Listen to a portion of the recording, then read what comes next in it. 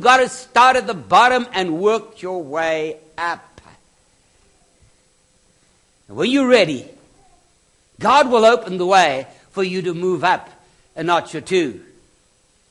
Be faithful in that which is least, the scripture says, and you will be faithful in much. The same thing applies in your business. If you've not learned to be faithful as an ordinary little employee, how can you be trusted to move higher? And if God can't trust you to be an ordinary little employee for Him, how can He trust you to be His entrepreneur? Be faithful in what God has given you. Stay where you are, and God will promote you and lift you up when the time is right. And so I had my chance eventually. Packed up my job at the laboratory in the hope that I could spend a bit of time at Bible school. My wife was going to carry on working. I packed up my job. And straight after that, she fell pregnant and had to give up her job. We were in trouble. That was another story. Living with my folks. Oh, preparation time. That's more like prophetic preparation, that one, so I won't go into that. Okay, but the time came when I went back to work, and guess where I went back to work again? For the railways, but not in the laboratory. I got a new job now. It is a division personnel, and you handle pay and personnel records. You were given the job of taking a particular kind of staff, railway staff. Like in my case, I was dealing with all the running staff, the guys who actually ran the trains. Now I remember the very first section I had was to deal with all the guards, the train guards. It was one of the ranks on the train. The guy stands right at the back and waves the flag and directs everything from the back of the train. The guards. So the guards were my section. I was in charge, and all the guards, I did their pay, and whatever personnel records needed to be kept, whatever personnel information needed to be maintained for these people was my responsibility. And the wonderful thing about that job is that I got a boss who liked me. He liked me. I don't know. I think the reason he liked me, because it turned out I went to the same school as his kids. And then he found out I'd had this really good education at school, and he was really impressed with education. And he said, "Man, you should be working in a far better position than you are now." Well, I kind of knew that from when I was in the laboratory already. One of my bosses there said to me, "You're an idiot working here. The kind of intelligence you got," he said, "I'm going to have you fired, just so you can go and get a better job." Not often a boss tells you that, but he wasn't the main boss, he was the sub-boss, and he didn't care. But here I was now, finally, with somebody who recognized my potential. He said, "I want you to write a letter to the big bosses and say that in view of your great educational qualifications, you feel you should be earning a lot more." He said, "And I'll add my recommendation." I got a pay increase out of the blue. That was amazing. And then the next moment, this guy was going on vacation. And the arrangement was when he went on vacation, one of the staff below him had to rise up into his position and become the supervisor. And you know the wonderful thing? When you became supervisor, they paid you his salary while you were acting. Well, I wasn't very high on the lower grades. So jumping from my salary to his almost doubled my pay. But here I was, one of the ordinary Joes in this big office. He was the corner office guy. He was the boss. And he was saying that he wanted me to act as supervisor in his place when he went on leave. Well, how do you suppose the rest of the people in that office felt about that? I wasn't one of the main guys there at all. I was just a little Johnny-come-lately. A lot of those guys had been there for a few years already. And here I was, stepping into the corner office. They were coming to me and asking, "Is it all right if I go home early today? I have a doctor's appointment at 2 o'clock. Is it all right?" "Yeah, sure." "I need some help with this. Can you help me?" "Yeah, sure." It was a wonderful feeling to finally rise up and be supervisor. I found an amazing thing being a supervisor. When I was just one of the ordinary employees, I would always go to my boss to clear something with him in case I do it wrong. Is it all right if I do it this way, or should I do it that way? Or what do you think I should do here? And always I felt I needed to get his permission or his go-ahead before I did something. But now suddenly, people were coming to me and asking me the same things. And I had to make the decision.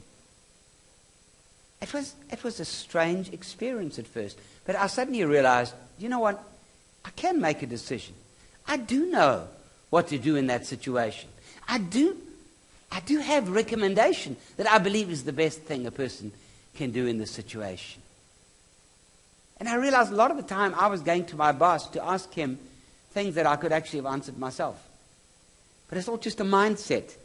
It's a mindset. And until you're actually put into a position of a supervisor and carry the responsibility of actually making decisions and taking responsibility for those decisions, it does something inside of you. It takes you up to a whole new level.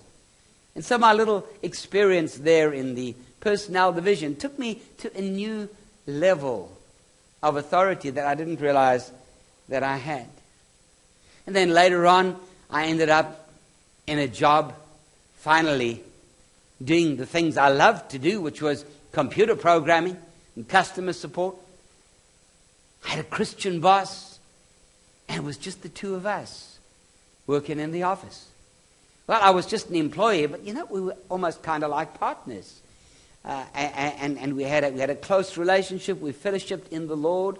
And although I wasn't a supervisor, I was at a level where I could make decisions that were very important to the company. And so I got this opportunity to work at a level where I was kind of more than a supervisor. I was working more like almost like a director of the company. And later on, the Lord gave me another job just like that. Also in the computer side, where I worked almost as a partner. In fact, people often would think that I was the partner in the company to my boss. Because sometimes I knew more than him. Often I knew more than him. But he had his role and I had my role. And yeah, people knew that he owned the company, but they thought we were partners. Because I carried a level of responsibility in that company. I'd come to a place now where I wasn't just an ordinary employee. I was somebody who was important to the company. I wasn't just a small little cog that could disappear. I was one of the main cogs. And if you took that cog out, the machine would battle to function. I was starting to become important. And it was time to learn what it's like to stand on your own. And the next area of training is to be on your own, to be a freelancer. What is a freelancer? A freelancer is a person who's working for themselves, not for an organization, not working under a boss, but you are working for yourself. You are doing the work, getting paid all for it. You're in charge. You're the supervisor. You're the employer. You're the employee. You're everything. Okay, that's kind of a hybrid that takes you from being an ordinary employee up to the higher level that we're looking for, that we're aiming for. Well, my first opportunity to do that came in the life assurance realm. I was battling financially, wondering how we could ever rise up higher. When somebody came to try to sell me a life insurance, I couldn't afford to buy it. And he said to me, "Why don't you try selling life assurance?" And so I don't even know if I could sell. I've never really tried. But I went for my interviews, and they tested me and tried me and were foolish enough to employ me. And there I was. I was kind of working for a company, but I was being paid only commissions, only what I sell. I was in my own business. Even though I was working under their banner, it was my first transition from being under a company to doing my own thing. Kind of a mixture between the two. And so I was going out, scheduling my own time, making my own appointments. They gave me an office to work in, and that was the only time they saw me there. Once a week we'd have a sales meeting where we'd meet with all the other sales reps, and that was my involvement with the company, apart from the paycheck that I got from them. But other than that, I was on my own. I was the freelancer. If I didn't work, I didn't eat. And then it became a bit too much. I couldn't keep it up. And I tried something different. These days they call it MLM, multi-level marketing. I don't remember now how it happened, but somebody invited us to come to a meeting where they said you could make a lot of money. And so we went to this meeting, and everybody there was enthusiastic and keen and excited. And they were demonstrating their products. And they had this awesome detergent. And they took this piece of carpet and they rubbed crayon over it. They dropped ink on it. They put all sorts of muck on it. And it was filthy, filthy, dirty. And they said, now just look at what our product can do. And they sprayed a couple of times, put their finger on it, and the carpet was clean. Wow!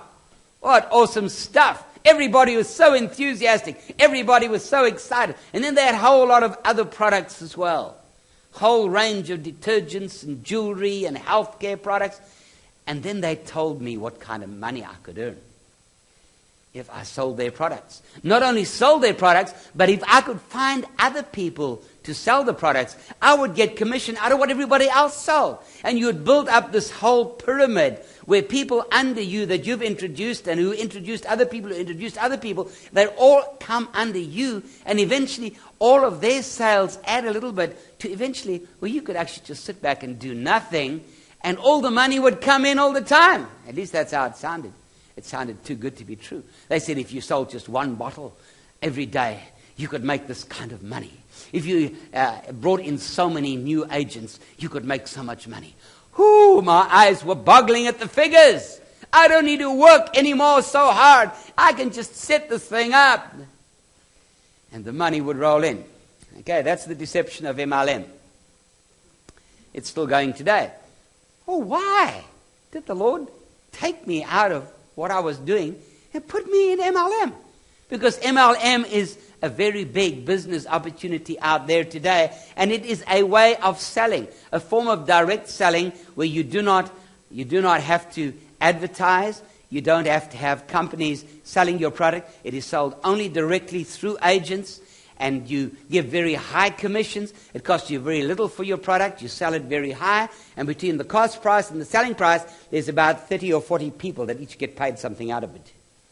Very clever form of advertising, and it just spreads like a cancer into the marketplace because everybody knows somebody who knows somebody who knows somebody. And so the whole idea is that you find the people that you know and get them to see the people they know, to see the people they know, to see the people they know. And as you get all of these circles of influence together, everybody gets in.